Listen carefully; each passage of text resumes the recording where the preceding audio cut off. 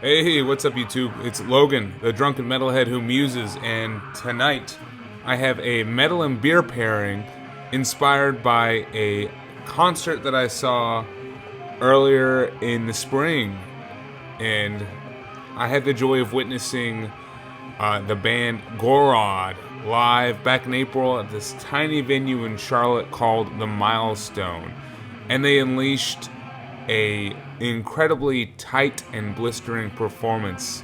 The energy was immense and absolutely relentless, and even though there was not a shit ton of people there at the show, the band did not let up for over an hour. The audience members that were there to bear witness to this gave all that energy right back. I was one of them. I was moshing probably the whole time, and God, it was an awesome show. It had me asking the question, why have I neglected listening to this band besides the odd song or two? As I left the venue, I picked up a copy of their newest album, The Orb, and set off on a mission to figure out why. Let's see what ended up happening.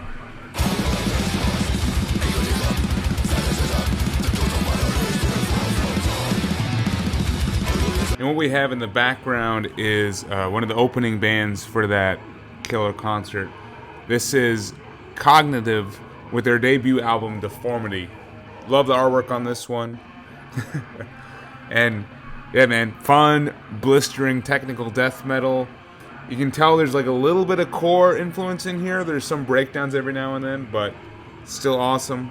This one came out on Unique Leader in 2016. Alright, well, to pair with a relentless album and just a intense but still smooth band, I had to pick a hazy IPA from Elysian Brewing. This is called Contact Haze, and man, it's juicy but smooth and still heavy. It sneaks up on you. So cheers. More tangerine than anything else as far as my citrus goes.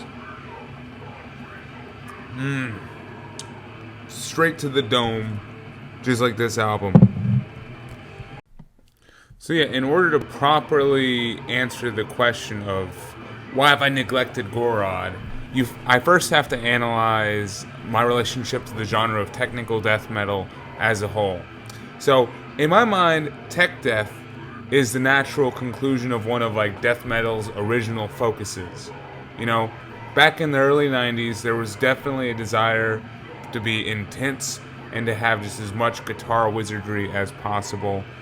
And to me, this subgenre definitely focuses on both of those things. And because of this, it really hit its peak in the early 2000s when both of these purposes came to their natural conclusion. I mean, there were releases from Necrophagist, Nile, and Psychroptic that easily accomplished all that you really could do with guitar wizardry and intensity being paired at the same time without losing the original scope of what death metal was. So, because of this, a box was formed for the rest of technical death metal to kind of just neatly fit in, So because it's a subgenre so focused on being over the top and extreme, as soon as it's been done once, all the following attempts they feel like a similar pattern and just tread familiar ground as the original bands.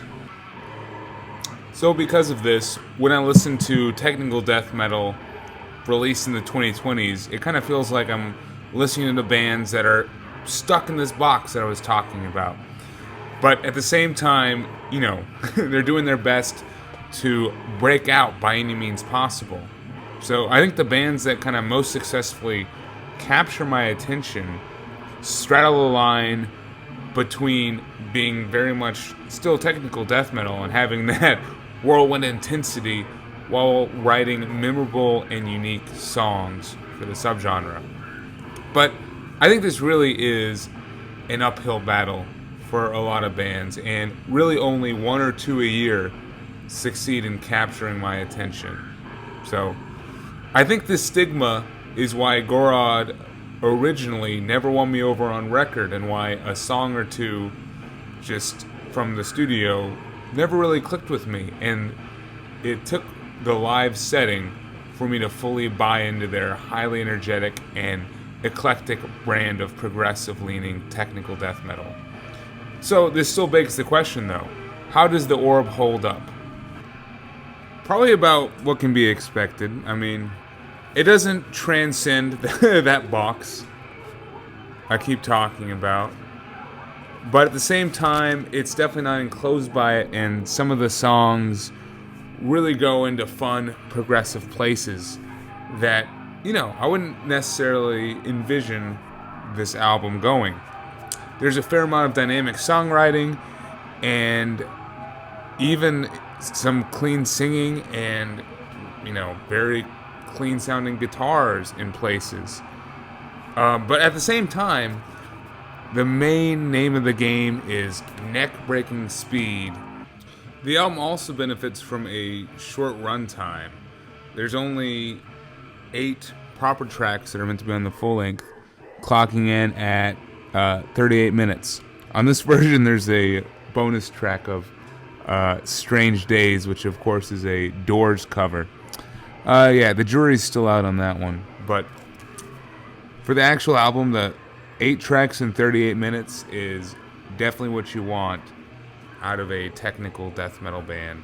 So because its main goal is relentless speed while, sprinkling in a little bit of progressiveness here and there, I think the album kind of does feel a little top heavy because you kind of get all of the tricks and, unique takes on the genre out early on in the album.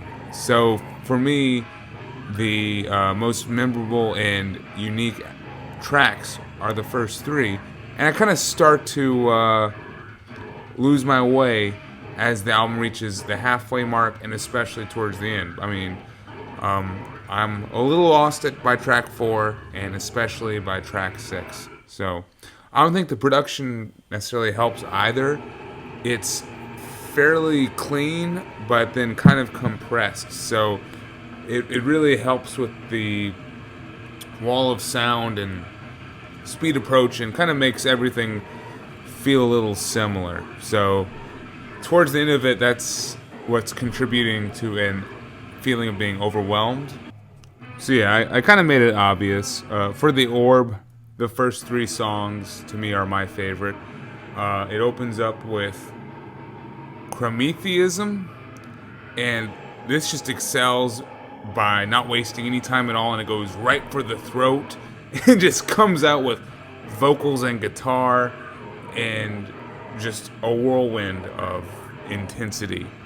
And then We Are the Sun Gods kind of opens it up with a little bit more experimentation and a little bit more prog feeling in the songwriting. And it's my favorite song in the album.